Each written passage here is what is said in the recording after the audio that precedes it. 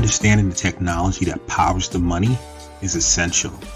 Knowing the business drivers that inspire how the money is made is crucial. Bridging the gap between the mind of the technologist and the mind of the business is monumental. That is what TBF is all about. Let's start this never-ending conversation. It's time.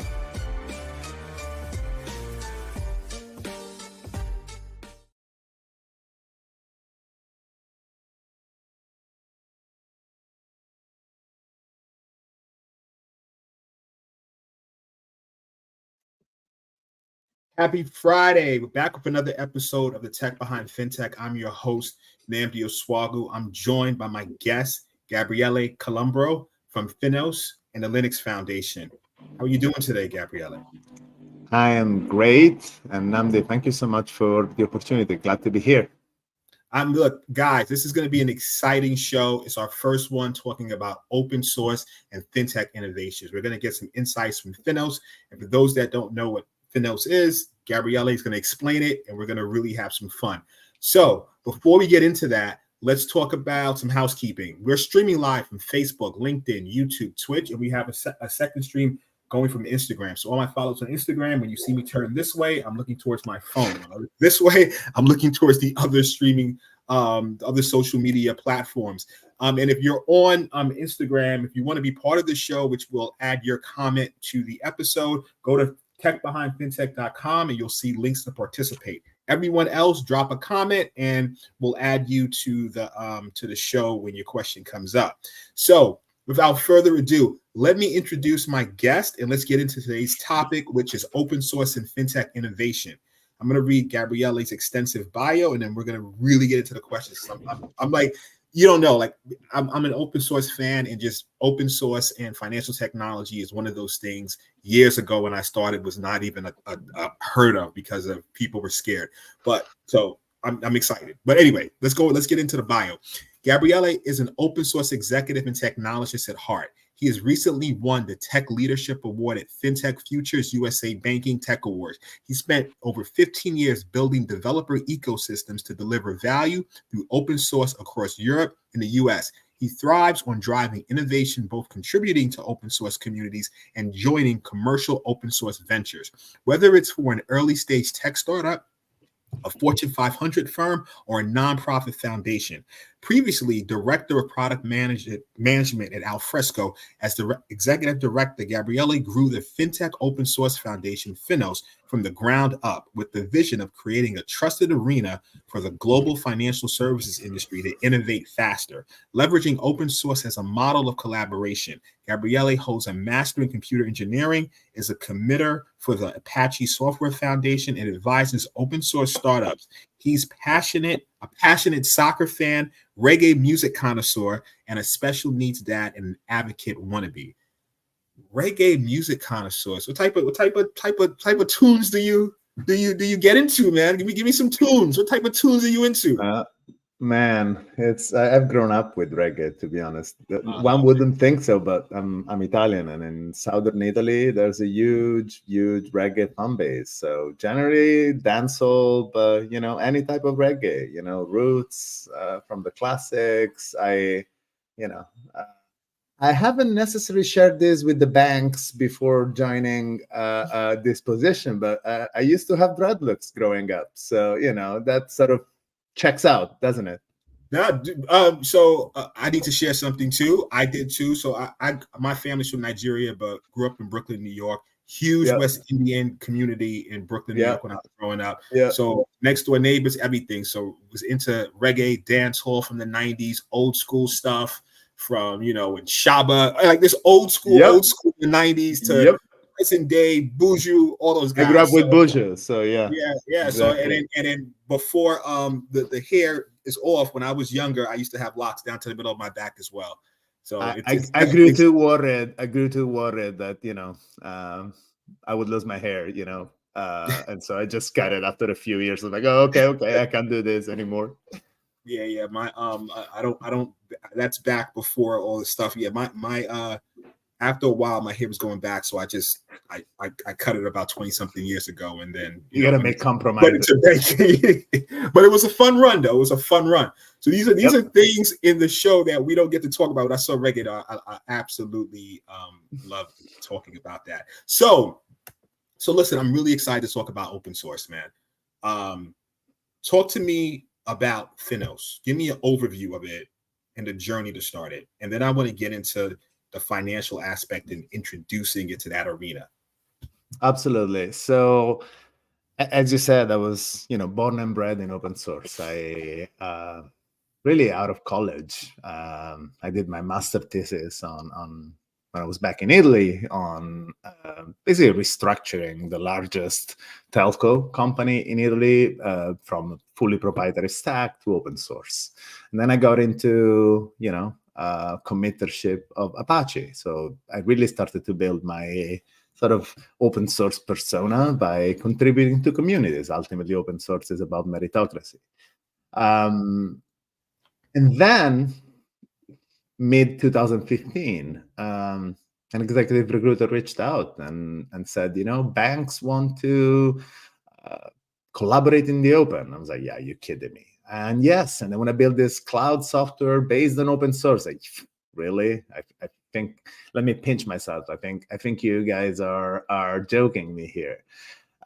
Because as you said, open source and financial services, it wasn't really a thing about 10 years ago. Turns out that we had over 10 of the largest tier 1 banks at very senior level committed in our board of directors. At that time, we were called the Symphony Software Foundation. And so I took the job. And we quickly realized that there was more than we could do than just collaborate on a communication software called Symphony. And we realized that we could become the foundation that would enable open source collaboration in financial services, very much akin to what the Linux Foundation does for all sort of technologies, or the Apache Software Foundation, or, several trade associations in the industry that work primarily on standards, but per se don't provide, the neutral stewardship that sort of high-value open source projects need. So in 2018, we launched FINOS, the Fintech Open Source Foundation, really as the sort of trusted place where the whole financial service industry could collaborate in the open, mutualize development of non-competitive technology. And really, we handheld the industry through this journey. As you can imagine, in 2018, there were a lot of concerns about the idea of collaborating with your competitors and collaborating with your even peers on common technology. And I'm sure we'll have extensive opportunity to talk about it throughout this show, but I'm happy to say that in the last 6-7 years, the industry has made huge strides in how they perceive open source, the value as it sort of outweighs any of the risks or perceived risks of collaborating in the open, and we have a very lively community now of over 90 organizations, over 2,000 open source contributors that really are contributing to build sort of the next generation of sort of financial backbone, which really very much like any other industry can, and we argue should be based on open source when it's not competitive. That's absolutely amazing. You know what?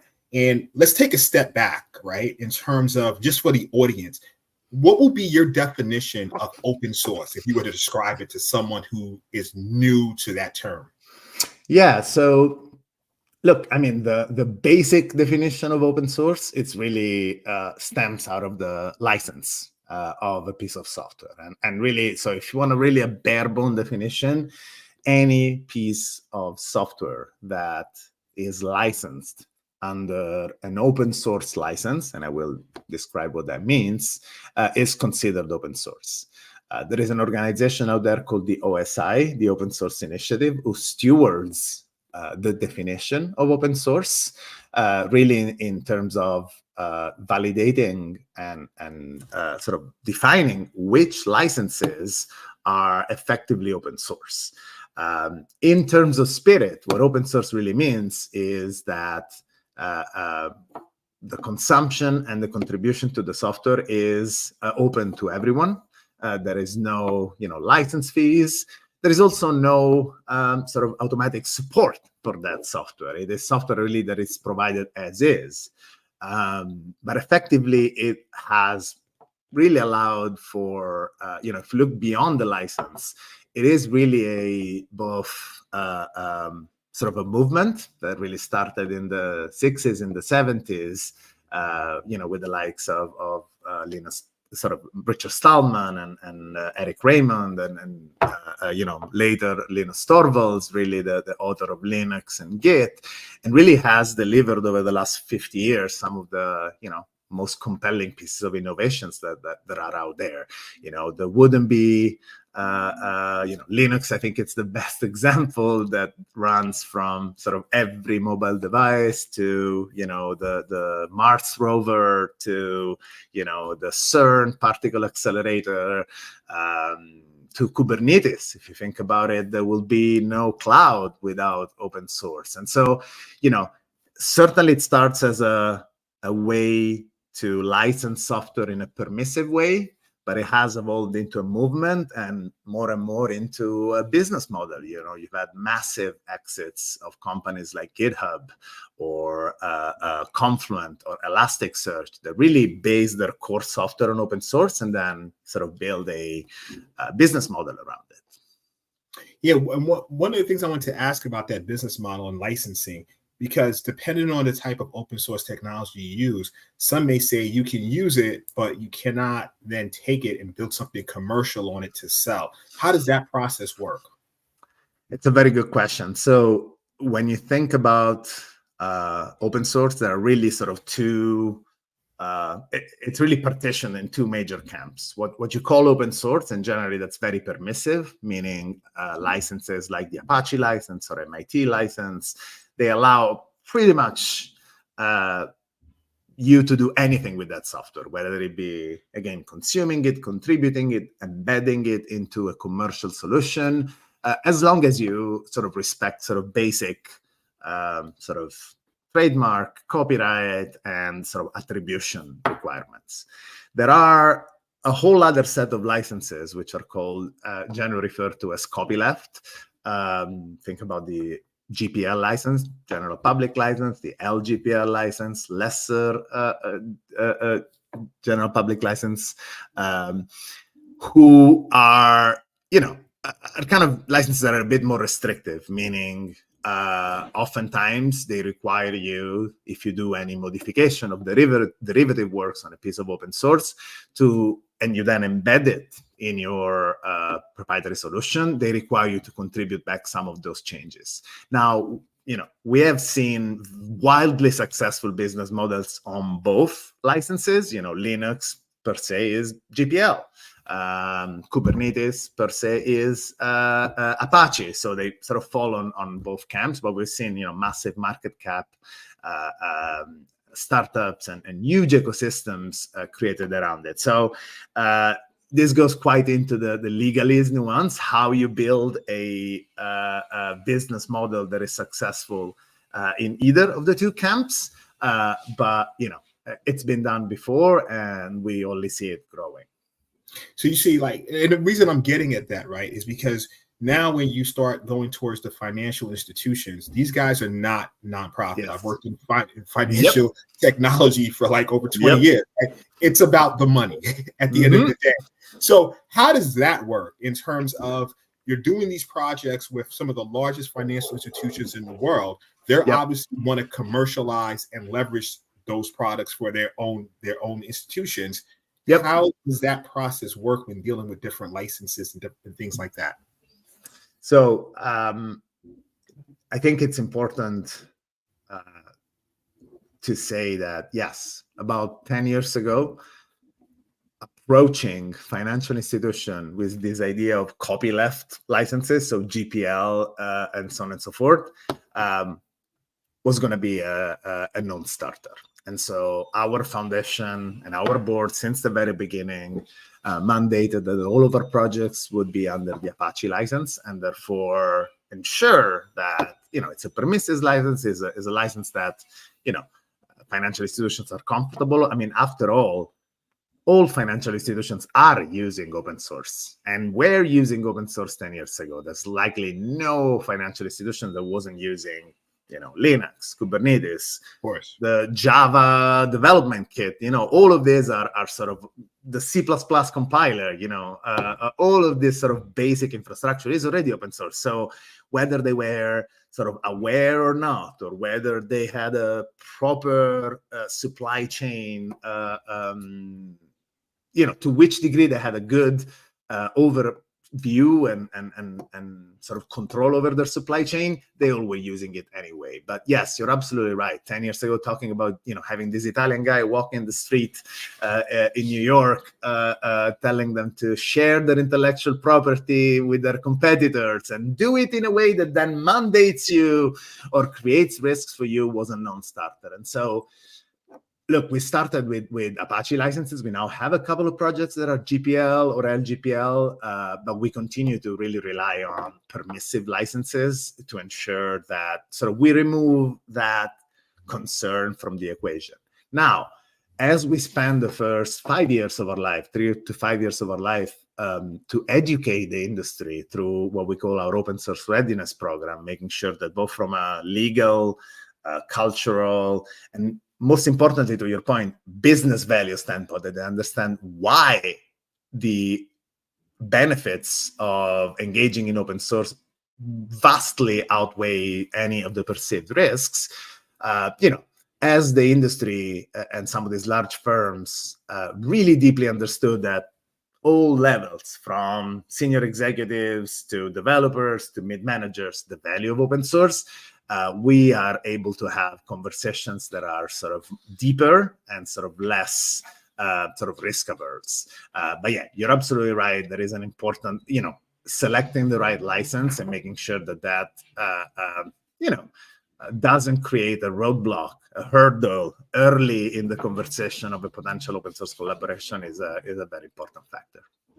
No, I mean, so it's really, really interesting. I know. So would you say, in terms of other key challenges, that's obviously a key challenge when you first started, convincing the banks, okay, how are you still going to use your proprietary information without having to share that with the community? You can still leverage the open source. Absolutely.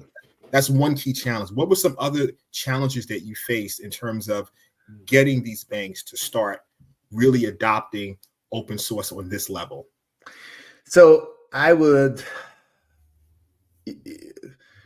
there are a few, and I think it would take more than an hour to go through each one of them in detail. But I would say very close to the license conversation, there was the security conversation. And, if you ask any open source person, and most security professionals, everyone will tell you that open source has and allows for even better security than proprietary software, simply because this is the security by many eyeballs principle, meaning the more eyes are on a bug, makes it so that all bugs are shallow and they'll be quickly addressed. Now, it's not as simple as that, but I am certainly a huge proponent, like many in the open source community, that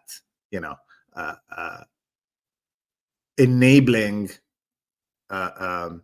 peer review and transparency and visibility on the security aspects of software is way less risk prone than trusting a single proprietary company to which, of course, whose benefit is to deliver value to its investors and its board of directors, to do always the right thing. I mean, we've seen the massive CrowdStrike outage a couple of months ago, really getting the world down to its knees. And so early in the days, certainly some of the, very much we had conversation with lawyers as to what is this open source thing. We had conversations with security professionals as to, is open source secure? Would I have to open source my data or my customer data with obvious privacy and regulatory, implications? And obviously the answer is no. One thing is the code, one thing is the data. Of course, you need to have controls and making sure that you have, proper secret management, data management, your firewalls, and so on and so forth. But there's no requirement to open source any type of data, let alone privacy, so PII type data, if you're doing open source. So I would say security and licenses were sort of two sides of the same coin when it comes to some of the initial hurdles. But the reality is that you can't start the conversation with open source for open source sake. As you said before, these are not charities. And some people, when they approach open source, they think about, doing good. And yes, there is absolutely an aspect of doing good by collaborating in the open. Don't get me wrong. This is really what keeps me attached to this world. I do believe that open source is a positive sum game, whereby each of the constituencies that participate to the open source community can drive their own goals. But by the means the software being open source, you're actually lifting the whole industry and then providing very sort of additive value to software that then the whole industry can build on. And so really, when you're trying to bring open source to financial institutions, it's all about starting from the why. It's all about starting from the ROI that especially these large financial institutions can get out of open source. And so in many cases, it really starts from the top. We had to have very, deep conversations with senior executives at these large financial institutions as to, why would I even go through the pain of sitting in the same room with, JP Morgan, Goldman Sachs, Morgan Stanley, Citi, UBS, which obviously has some regulatory implications in many ways.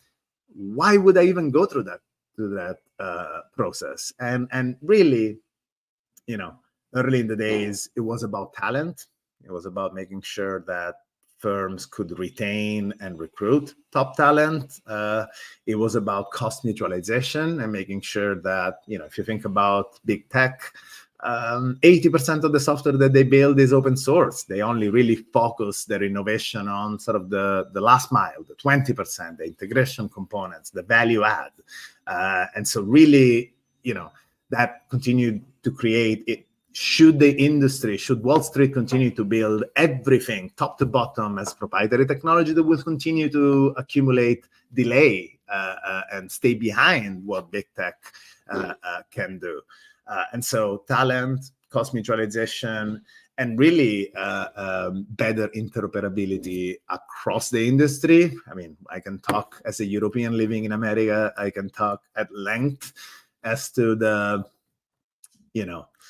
unnecessary complexities of the American financial system and how hard even is to, transfer money and wait 3 days before you're able to do that. And so those were, I think, the three main reasons. Again, to your point, it is about the value. It is about the ROI. And so that's what was the battle. The why was the first and foremost battle that we had to win before we even talk about how and, security and license and controls. No, I mean, to your point, right? So a few things. So my background's in security. So I figured that will be the number 2 or even one issue with open source. And I know even to get points across and for what I do, I have to show, okay, here's the value of what you could put, the impact to your end users, the bottom line for reputational damage, or, the cost this is going to cost you just to recover from a legal standpoint. And then, starting from that point and saying, okay, here's how we can mitigate those risks, right? But, what I see in terms of security with open source, is essentially you get into problems when you do not manage those libraries effectively. So Absolutely. sometimes, to your point, right, you have many eyeballs looking at all of these issues. You have different people putting in fixes and stuff like that. But if I don't update my library, and I have CVEs from last year, Yep. because it's studies have shown, you have firms using various, they don't do any type of software composition analysis. They're using various libraries, and the CVEs that they have are from like last year in some cases. Working with a company like I don't want to drop vendor names, but there are vendors that specialize in software composition analysis, and they do the stats, and they'll say, well, listen, you have libraries here that haven't been updated in like years.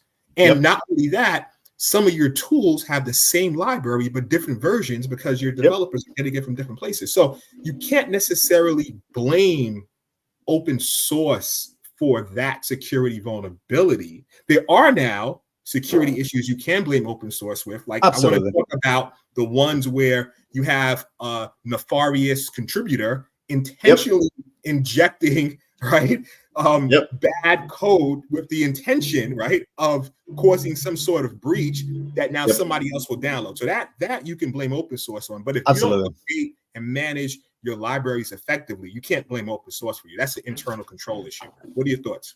Oh, absolutely. I mean, this has been my life for the last really 2 years after the Log4Shell vulnerability. And, it's a multifaceted and nuanced conversation, as you say. And oftentimes, you don't get the chance to have these nuanced conversations with C-level. So, of course, you and I understand the nuance here. But, when you are in an elevator and you have 5 floors with an executive, oftentimes you're not able to make that point. But there's a couple of things I want to say here. First and foremost, there's open source and open source. I think everyone has seen the XKCD comic about the random developer in Nebraska maintaining this random open source library that the whole internet depends on.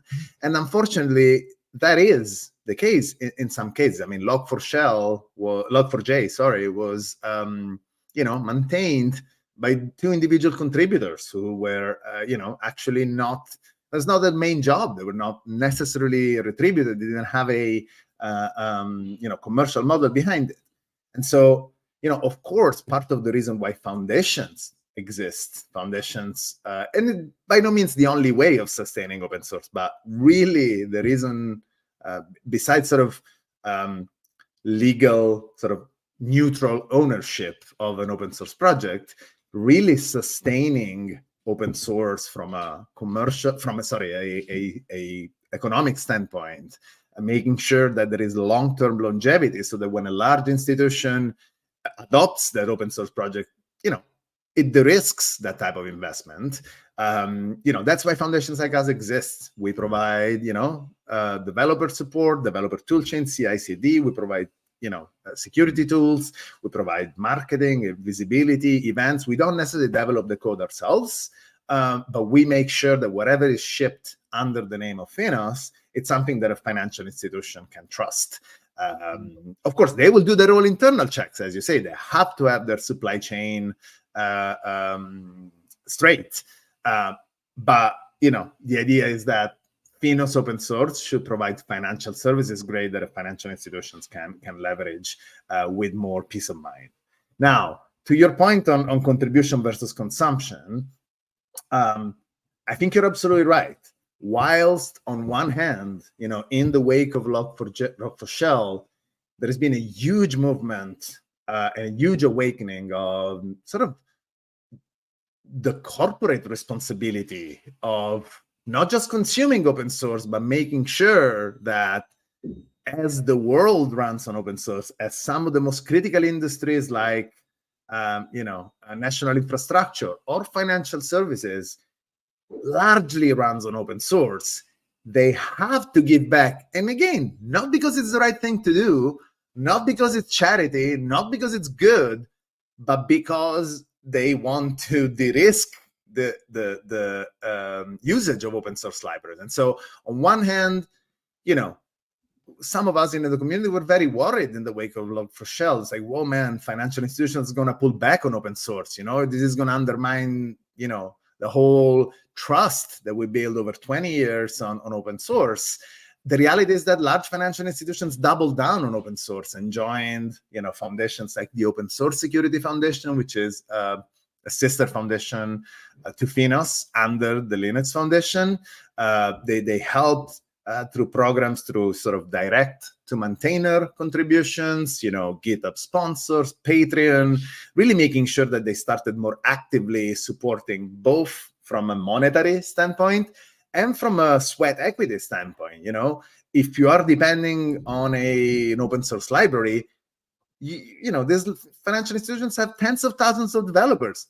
Put developers on that project, start contributing, grow, through the meritocracy path, these developers into maintainers of those projects. But just to kind of tie back to your point, you're absolutely right. You didn't want to name drop, I will. One of our gold members is Sonatype. Sonatype is one of the largest, firms working on sort of, I used to be a Maven guy, I used to be a release manager in the old days. And so, if you look at their annual report, yes, great to have a lot of focus on how we can all make sure that the sustainability of the open source supply chain is there. But on the other hand, you'll see that 2 years later, when was Log4Shell, I don't remember exactly, there's still a huge, maybe 30%, I don't remember exactly the name, but it's a sizable amount. If you look at Maven Central and the stats of who's using Log4j, there's still about a third that is using the version that is unpatched. The open source community went in and fixed it in 2 weeks, going back to sort of how quick and responsive sort of this process can be versus sort of a single proprietary company. But to your point, if an enterprise that maybe has a not so agile SDLC does not update the library, this will happen regardless whether it's open source or proprietary. And so, it goes back to hygiene and controls and how you consume software, whether it be open source or proprietary. So I couldn't agree with you more on that one. So another thing we have in common, I transitioned into security, but I used to be a release manager as well. So, when Sonatype, I heard a speech, and then when I was doing my master's in cybersecurity, I used that as one of the thesis examples in terms of that Maven, the central repository, looking at everything and how firms are not updating their libraries and so forth. So another thing we have in common besides the reggae music. We should do some release management party reggae music sound. Yeah, that would be cool, man. I remember those times of spending weekends and different things like that, But yeah, man. So really interesting point. What do you say about the other point that I made in terms of you do have issues with nefarious actors actually embedding security issues, and because that's the one thing about open source, right? Everybody can contribute, right? So you have good guys contributing, you have bad guys contributing. What are your thoughts? No, absolutely. So again, another multifaceted problem, and another area where as you can imagine, I ran FINOS and I merged it into the Linux Foundation in 2020, and since then, I've grown into the Linux Foundation. The Linux Foundation, for those who don't know it, is the largest shared technology investment in the world. It hosts really the backbone of modern technology, from Linux to Kubernetes to Node to PyTorch, if you go to the AI side of the house. And so we are very conscious at DLF of the responsibility that we have in shipping this software. And so to your point, yes, there is it's a bit simplistic to say that anyone can contribute to open source, because effectively, especially when a project is under a foundation, and that doesn't happen for the long tail of millions of projects that are just in GitHub. Ultimately, those have maybe less of a strict governance. But when it comes to projects that are under a foundation, it is our first and foremost imperative to ensure that there is a clear governance around that project, and that, contributors moving up the ladder of sort of meritocracy are not only known, but trusted and identifiable. And, for example, for critical projects like the Linux kernel, no commit would go in from a developer that has not been met in person by Linus, Greg, and several of the other committers. Of course, you also have, the web of trust, sort of PGP cross-signing and making sure that, again, even from a digital standpoint, you are validated by a large number of, known contributors or committers before you're able to put your code in there. That said, we've seen actually quite recently in open source projects that are, again, maybe less, they're not under a foundation. They are less lively and sustainable from a funding standpoint. You have maintainer burnout, and that, was what happened about 6 months ago when, someone was able to, little by little, plant the seed that the maintainer should relinquish some control and sort of give control to this nefarious actor, which, got luckily identified before the library was shipped sort of across the world. But it is absolutely something to consider. Now, we think it's important, first and foremost, to ensure sustainability. When you have maintainers that are properly, paid for their work, rewarded for the critical work that they do, you drastically lower the chance that these maintainers are going to burn out, and therefore sort of lower, if you want, their guard, and allow for untowards contribution to make it in. But secondly, there is a big question around identity. On one hand, it would be easy to say you have to show your ID before you are able to contribute to an open source project. I need to know, again, your government identity. I need to see your government issued ID before you're able to contribute. On the other hand, the open source community has thrived in sort of anonymity. You have your GitHub handle, you have your GitHub account. You don't need to disclose necessarily who you are, also because there's bias out there. And so it actually is a good thing to not have to disclose your gender, your race, your religion, where you're coming from. So where we are today is trying to find the right balance between, enforcing security through at least a web of trust and sort of reputation, making sure that, like the bots on Twitter, you want to make sure there is not a random Russian bot that's trying to contribute nefarious code. But on the other hand, you don't want to make it too strict that, you are going to actually discourage some top contributors because they don't want to reveal their actual real IRL identity, if that makes sense. So it's a very, very hot topic right now. But as you can imagine, the Linux Foundation is at the forefront of this, as we very much realize that the world runs on our projects. And so it's something that we really, really take a lot of effort and pride into ensuring. So, I mean, you bring up an interesting topic, because one of the things, advice I give to people in general, I give it to people who are just graduating and maybe they can't find employment, and Yep. there's a lot going on that right now, or Yep. they want to rebrand themselves, gather new skill sets. I'm going to ask you a question for someone who's been in the open source field for so long.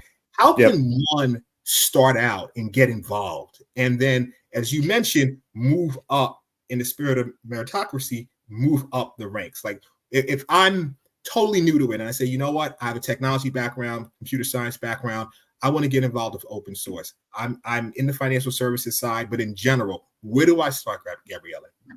I would say FINOS, but that's the biased answer. So look, I'll give you the stock answer, and then I'll put some color around it. The long and short is that I wouldn't be here. I wouldn't be the executive director of a foundation hadn't I, started contributing to open source,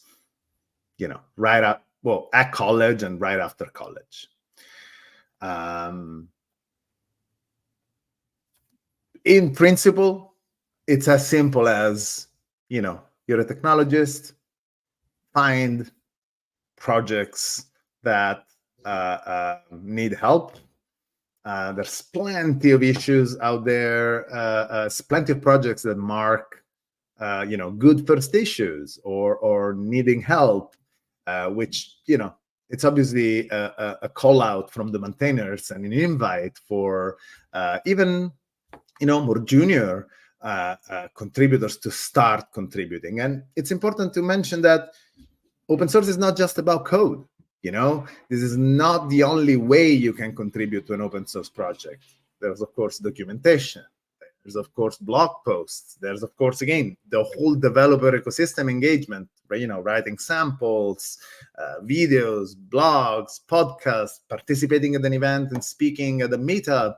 These are all amazing ways that get considered and rewarded as someone tries to grow up the ladder of meritocracy, because effectively you start as a contributor, and then as you build your worth, with the nuances of different governance for different open source projects, but generally it's a meritocracy, meaning the more you contribute, the more you prove your worth, the more likely is that the existing committers or the technical steering committee, whatever body decides for that specific open source project, will nominate you or vote you or appoint you to become a maintainer. And therefore, then you sort of continue building your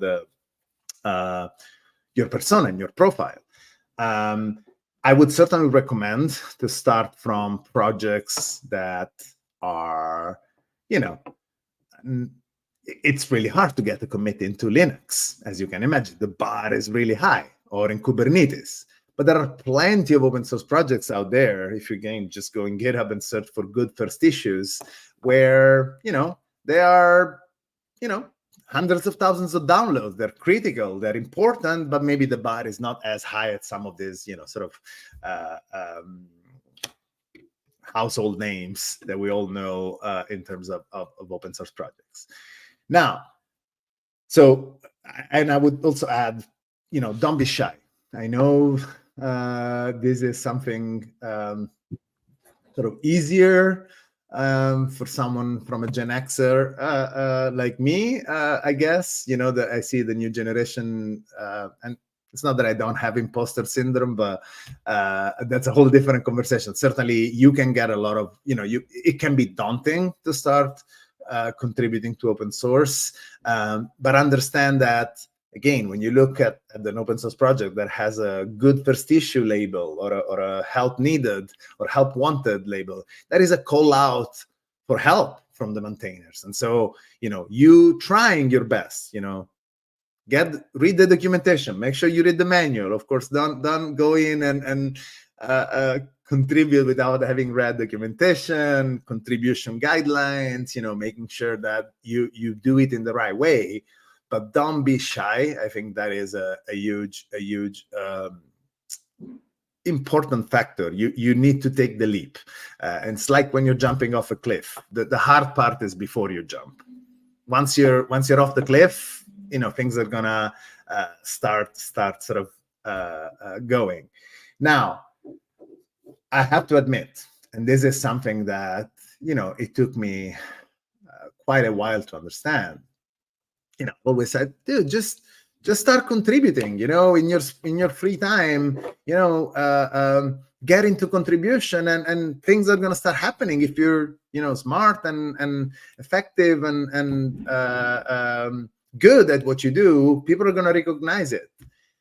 Now, it took me quite a while to realize the privilege that I had growing up, whereby my parents supported me growing up and, paid for my university. And so while I was in college in Italy, I actually had free time because I didn't have to work and, being able to spend that time contributing in open source.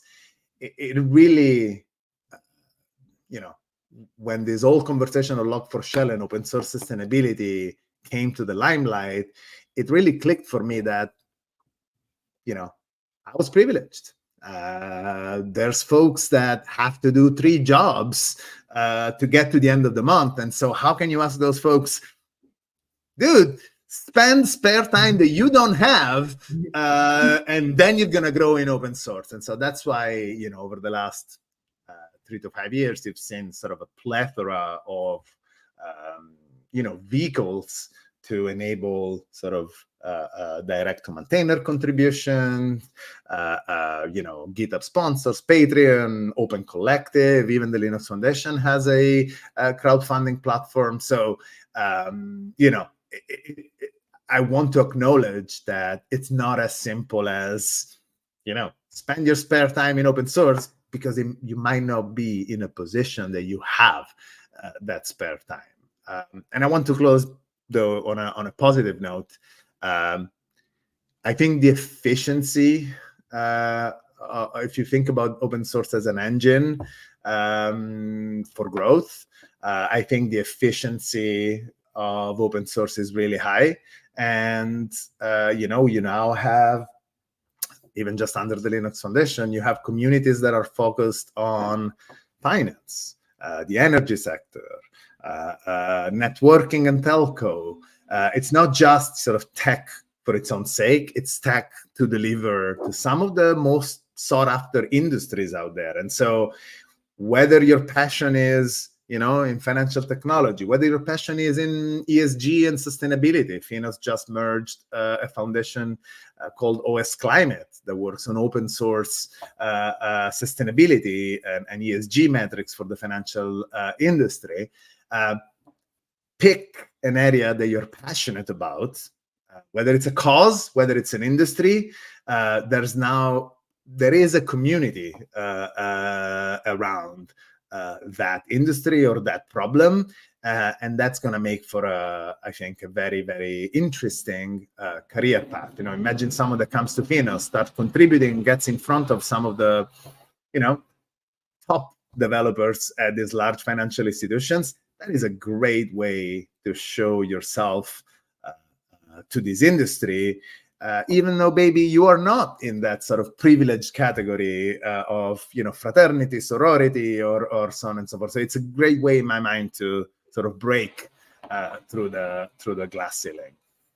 No, I mean, definitely thanks for that. And I think that's going to really prove valuable to people who want to get involved. We're going to take a brief moment for our sponsors. And then when we come back, I want to get into some of the successful projects that FINOS was able to bring to fruition in the financial services. So we'll be right back. Thank you.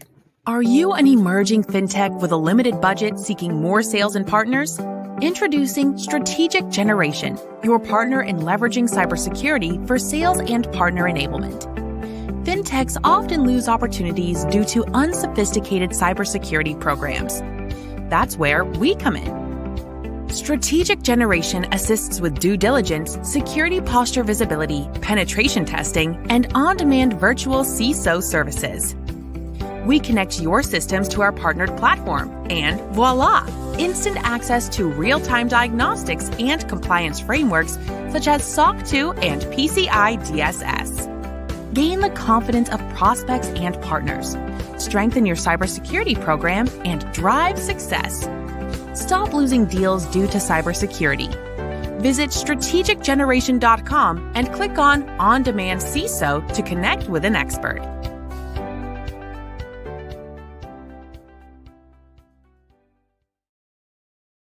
And we are back. So you had this project. FINOS has different projects as I was researching. And by the way, I just have to say, I'm going to join FINOS. I'm pretty excited about what you guys are doing. From the technology standpoint, I want to be involved. Let's talk about this project that's called Legend. So originally, Goldman Sachs started it, transferred it over to FINOS. Can you give a background on that? Oh, absolutely. This is part, I would say, about first wave.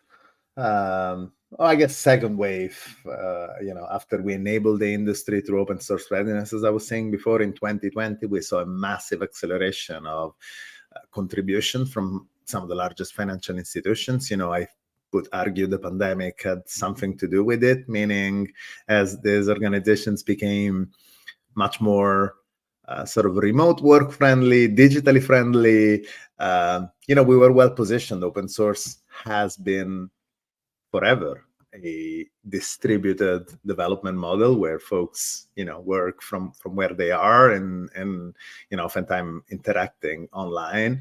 And so, Legend was, probably the first or second large flagship project contributed by large financial institutions, in this case, Goldman Sachs. It's their data modeling, logical data modeling platform, visual data modeling platform that they use across the whole firm for all type of modeling and all type of data mapping and harmonization, from, price models to risk models to ESG models more recently, to really even building regulatory reporting and really harmonizing all this, as you know, data being,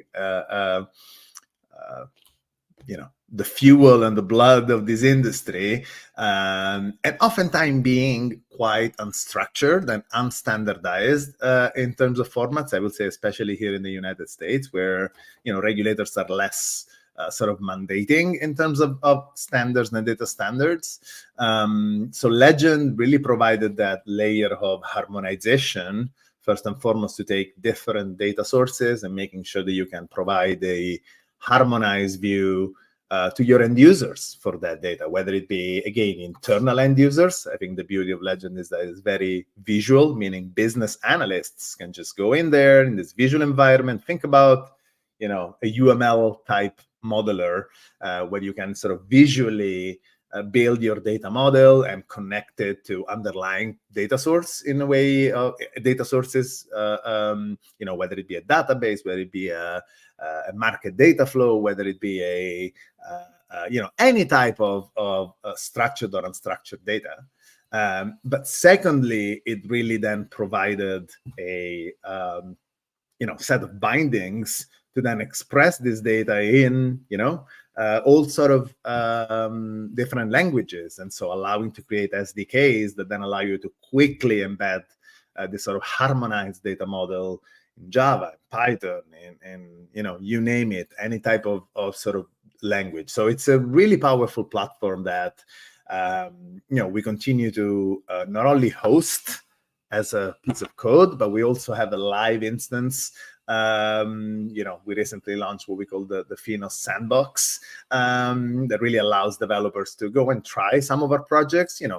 Legend is a pretty sizable project. It has an initiation cost if you want to stand it up internally. And so part of what we do at FINOS is also making sure that we have live instances running where folks can go play around, really learn about the project. And again, business folks, not necessarily developers, as we go back to the idea of it all has to start with value and ROI. Our sandbox really allows to sort of explore the art of the possible when it comes to our projects.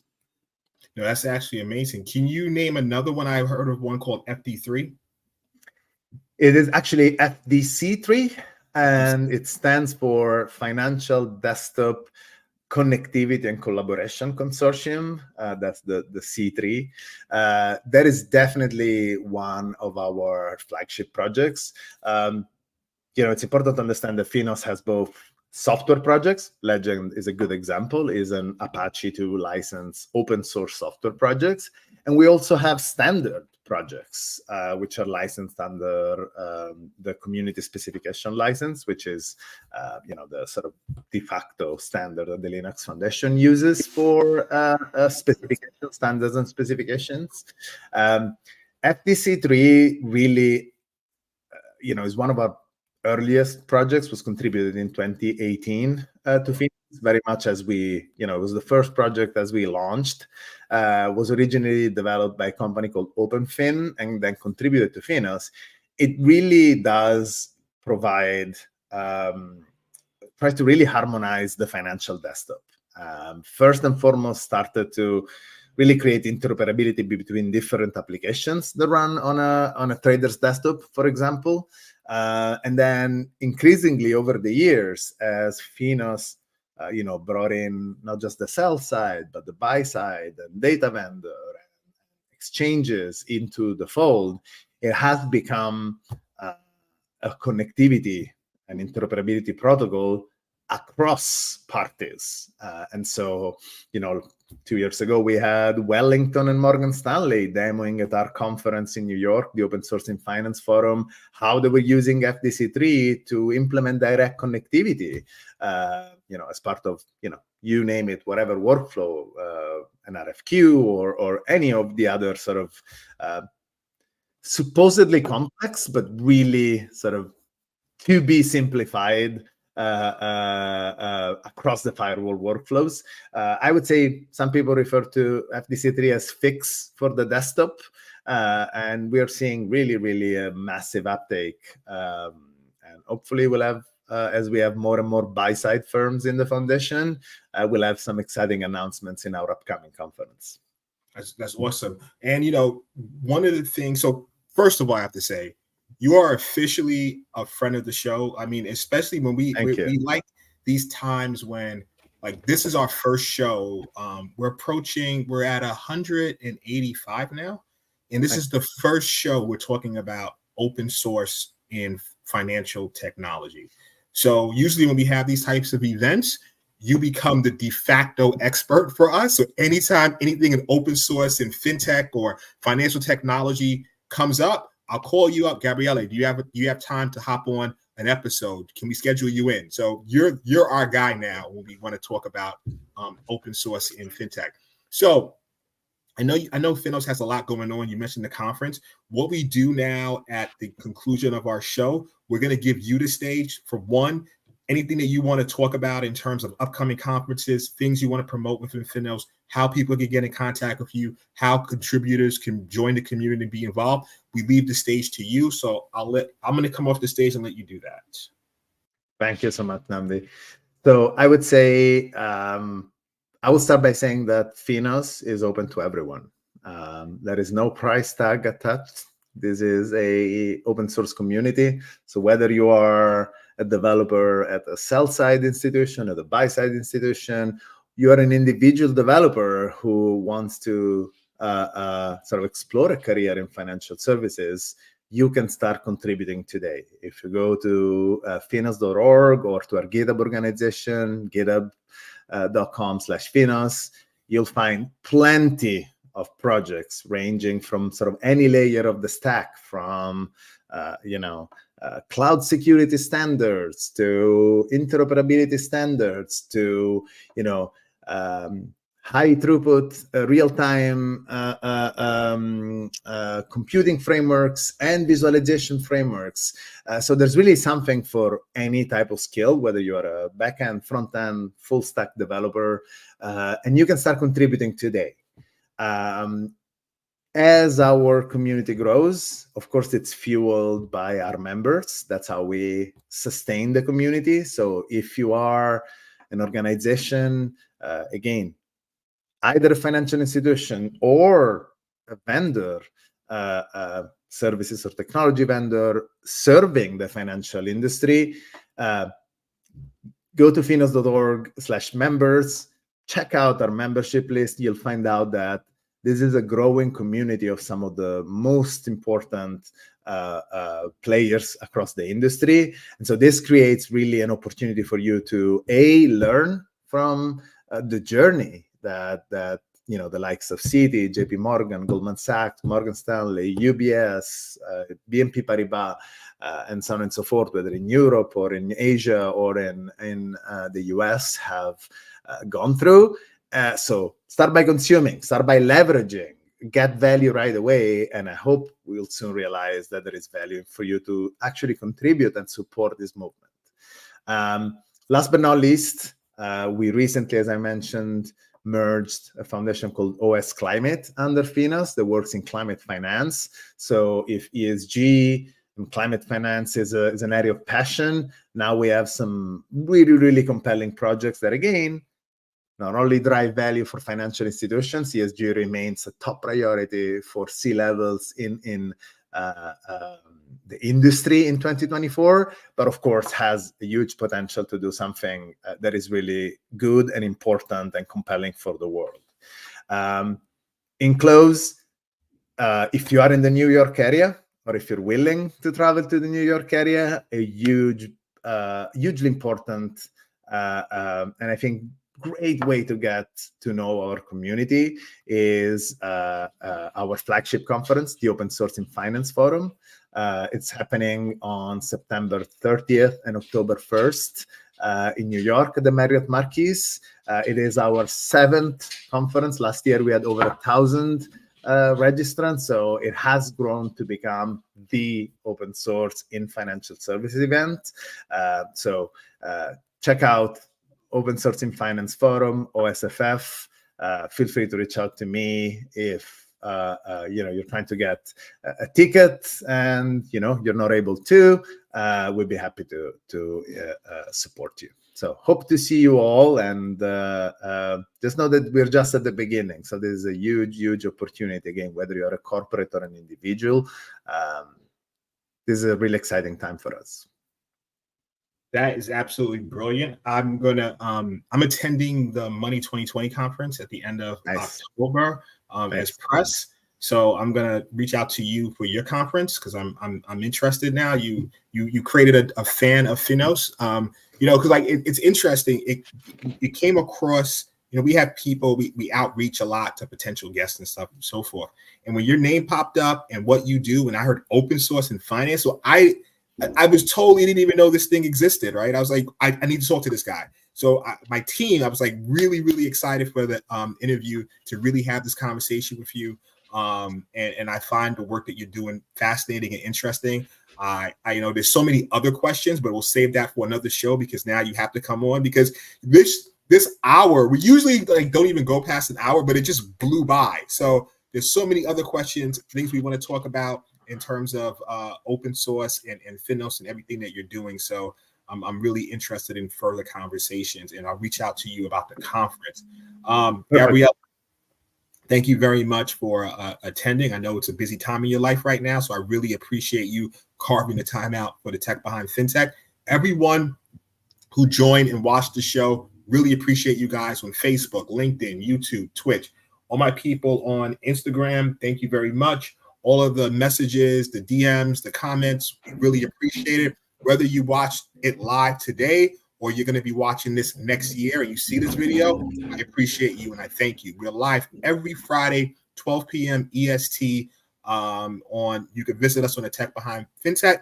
Also, last but not least, we will be launching a new Tech Behind FinTech platform. It's going to be some exciting stuff on the website and features and just different things. We're really excited about that. It's going to launch. We'll be talking about it as the launch comes to fruition.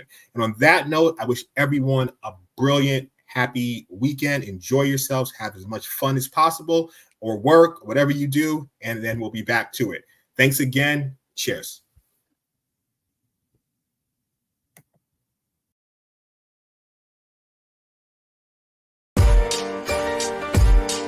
Understanding the technology that powers the money is essential. Knowing the business drivers that inspire how the money is made is crucial. Bridging the gap between the mind of the technologist and the mind of the business is monumental. That is what TBF is all about. Let's start this never-ending conversation. It's time.